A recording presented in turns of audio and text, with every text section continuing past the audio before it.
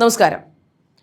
നമ്മുടെ നാട്ടിൽ വാഹനങ്ങളുടെ എണ്ണം ക്രമാതീതമായി കൂടിയിരിക്കുന്നു. 2 വീലർ ആയാലും 4 വീലർ ആയാലും ബ്രാൻഡ് ന്യൂ കാറുകൾ ഇറങ്ങുന്നു. അത് വാങ്ങിക്കുകയും ഓടിക്കുകയും ചെയ്യുന്ന ആൾക്കാരുടെ എണ്ണവും അതിക്രമാതീതമായി വർദ്ധിച്ചിരിക്കുന്നു.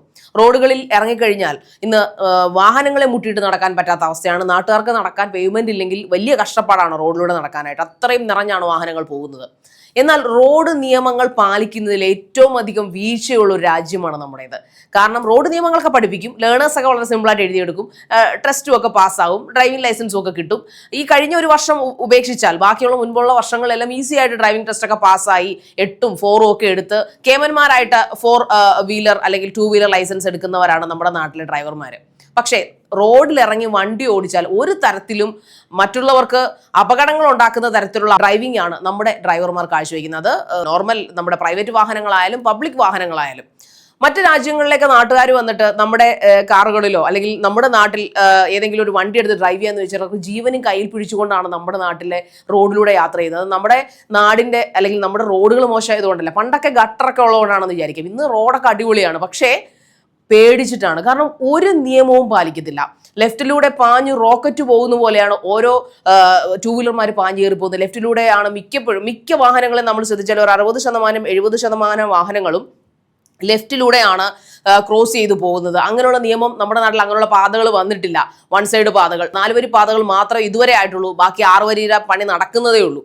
അപ്പോൾ ഈ നാട്ടിൽ ഏറ്റവും കൂടുതൽ ഡ്രൈവിങ്ങിൽ നമ്മൾ ബുദ്ധിമുട്ട് അനുഭവിക്കുന്ന ഒരു സമയം എന്ന് പറഞ്ഞാൽ രാത്രി കാലങ്ങളാണ്. പകലത്തെ കാര്യമാണ് നമ്മളിപ്പോൾ പറയുന്നത്. നമുക്കറിയാം, പകൽ സമയത്ത് പോലും വാഹനങ്ങളുടെ അദമ്യമായ തിരക്കാണ് അനുഭവപ്പെടുന്നത്. അപ്പോൾ രാത്രി കാലങ്ങളുടെ അവസ്ഥ ഒന്ന് ആലോചിച്ച് നോക്കൂ.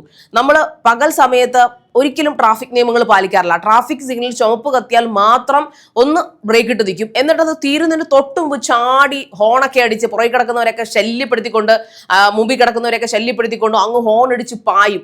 ഒരിക്കലും ട്രാഫിക് സിഗ്നലിൽ നിന്നുകൊണ്ട് നമ്മൾ ഇത്രയും പാഞ്ഞു പോകാൻ പാടില്ല. ഏറ്റവും സ്ലോയിൽ വേണം പോകാൻ. എങ്ങനെ ഇത് ആൾക്കാർക്ക് സാധിക്കുന്നു പലപ്പോഴും അത്ഭുതത്തോടെ നോക്കി നിന്നിട്ടുണ്ട്.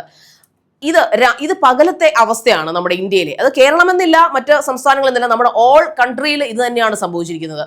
എന്നാൽ രാത്രി കാലങ്ങളിലെ അവസ്ഥ എന്ന് പറഞ്ഞാൽ അതിലും ഭീകരമായ അവസ്ഥയാണ്.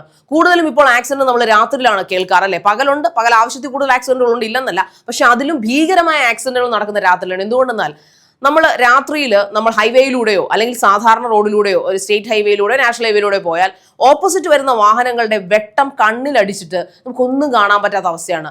ആദ്യകാലങ്ങളിലൊക്കെ നമ്മൾ രാത്രിയിൽ ഡ്രൈവ് ചെയ്യുമ്പോൾ നമ്മൾ ഓർക്കിത് എങ്ങനെ ആൾക്കാർ വണ്ടി ഓടിക്കുന്നു. പിന്നെ അതൊരു ശീലമാണ്. അതായത് നമ്മുടെ മീഡിയന്റെ ആ ഒരു ലൈൻ കണ്ടുകൊണ്ട്, നടുക്കത്തെ ലൈൻ എങ്ങനെയെങ്കിലും റിഫ്ലക്ടർ ഉള്ളത് കൊണ്ട് ഒന്ന് പമ്മി പിടിച്ചാണ് വണ്ടി ഒരു പേടിയുള്ള ആൾക്കാർ ഓടിക്കുന്നത്. എന്നാലും പാഞ്ഞു പറിച്ച് ഓടിക്കുന്നതിനോ സ്പീഡിനോ ഒരു കുറവും രാത്രികാലങ്ങളിൽ ഇല്ല എന്നുള്ളതാണ്. എന്നാൽ ഓപ്പോസിറ്റ് വരുന്ന ആൾക്കാർ ഡിമ്മടിച്ചിട്ട് വരികയാണെങ്കിൽ അവരുടെ ഓപ്പോസിറ്റ് വരുന്ന നമ്മൾ ഡിമ്മടിച്ചിട്ട് പോകണം. എത്ര മനോഹരമായിട്ട് വണ്ടി ഓടിക്കാം.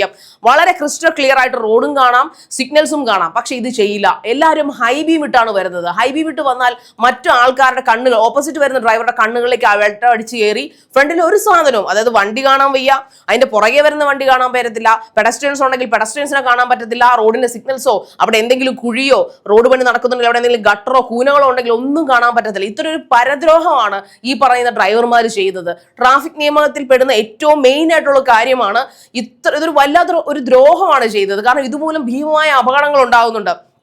ഇങ്ങനെ കണ്ണിൽ വെട്ടമടിച്ചാൽ വലിയ ലോഡും കയറ്റി വരുന്ന ലോറിയൊക്കെ വല്ലവരെയും ചെന്ന് ഇടിച്ചു കഴിഞ്ഞാൽ ഒരു രക്ഷയില്ല. അന്ന് റോഡ് മുഴുവൻ ബ്ലോക്ക് ആകുകയും ചെയ്യും, സഞ്ചാരം മുടങ്ങും, അവരിൽ ഒരാളെങ്കിലും മരിക്കും, അല്ലെങ്കിൽ ഇത് ചെന്ന് ഇടിക്കുന്ന ആൾക്കാർ മരിക്കും. അങ്ങനെ അപകടങ്ങളുടെ ഒരു ഘോഷയാത്ര തന്നെയാണ് ഉണ്ടായിക്കൊണ്ടിരിക്കുന്നത് ഈ ഹൈ ബീം കാരണം. നമ്മൾ ഡിം അടിച്ച് ഹൈ ബീം ഇടുന്നതിന്റെ ഒരു ബിഹൈൻഡ് ദ റീസൺ നമുക്കറിയാമോ? എന്തെങ്കിലും അത്യാവശ്യ സന്ദർഭങ്ങളിൽ മാത്രമേ നമ്മൾ ഹൈ ബീം ഉപയോഗിക്കാൻ പാടുള്ളൂ.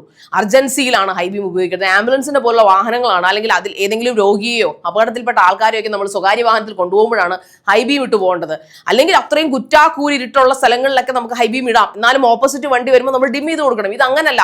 ഇത് രാത്രി അങ്ങോട്ട് ആയിക്കഴിഞ്ഞ് കഴിഞ്ഞാൽ പിന്നെ ഹൈ ബീമിന്റെ കിളയാണ്. ഇപ്പോഴാണെന്ന് പറഞ്ഞാൽ പണ്ട് മഞ്ഞവെട്ട വാരത്തപ്പോൾ കുറച്ചുകൂടെ ഭേദം ഉണ്ടായിരുന്നു. ഇപ്പോൾ വൈറ്റ് വെട്ടങ്ങളാണ്. വൈറ്റ് വെട്ടം ഇതിലും വലിയ മാരകമായിട്ടുള്ള പ്രശ്നങ്ങൾ ഉണ്ടാക്കുന്നു എന്നാണ് പൊതുവുള്ള പഠനങ്ങൾ പറയുന്നത്.